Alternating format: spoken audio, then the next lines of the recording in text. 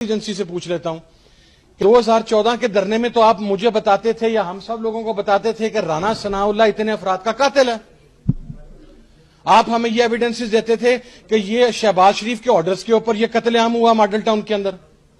ہمیں یہ بتلایا جاتا تھا کہ داتا صاحب کے بم دھماکے کے اندر یا مختلف شرائنز کے اوپر جو بینڈ آؤٹ لیٹس کا جو ان کا ان ایگزیکٹ سینس یا ان لٹرل سینس جو ان کا پروموٹر ہے وہ رانا ثناءاللہ ہے.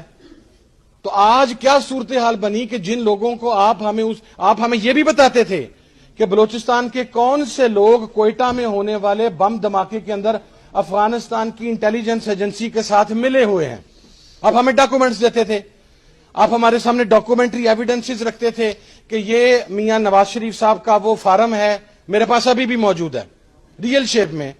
اور کمال دیکھیے کہ میرے والد جب مسلم لیگ کے ساتھ تھے اور ہم مشرف صاحب کے خلاف تھے, تو جب وہ سعودی عرب میں میاں صاحب کو ملنے کے لیے گئے تو حرم شریف میں بیٹھے ہوئے ابا نے یہ پوچھا کہ میاں صاحب پاکستان میں بات ہو رہی ہے کہ آپ کا کوئی ایگریمنٹ سائن ہو گیا.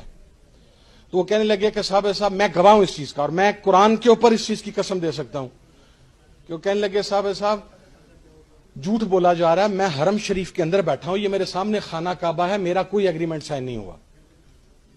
اور اب میرے پاس وہ ایکچوئل ایگریمنٹ ہے جس کا فائل نمبر بھی موجود ہے, جو ریکارڈ کے اندر جا کے چیک کیا جا سکتا ہے. تو پھر میرا پاکستان کے ذمہ داران سے یا ہم سب کا یہ سوال نہیں بنتا کہ جن لشکروں کے خلاف, جن کالعدم جماعتوں کے خلاف, جن طالبان نواز لوگوں کے خلاف, جن ریاست دشمن عناصر کے خلاف آپ ہمیں بتاتے رہے کہ یہ پاکستان کے غدار ہیں, یہ پاکستان آ گیا تو یہ جناب مودی کا جو ایجنڈا ہے وہ پاکستان کے اندر لے کے آئیں گے. تو آج جب وہ یہاں پر آ گئے ہیں تو آپ انہیں سیلوٹ پھر کس منہ سے کر رہے ہیں؟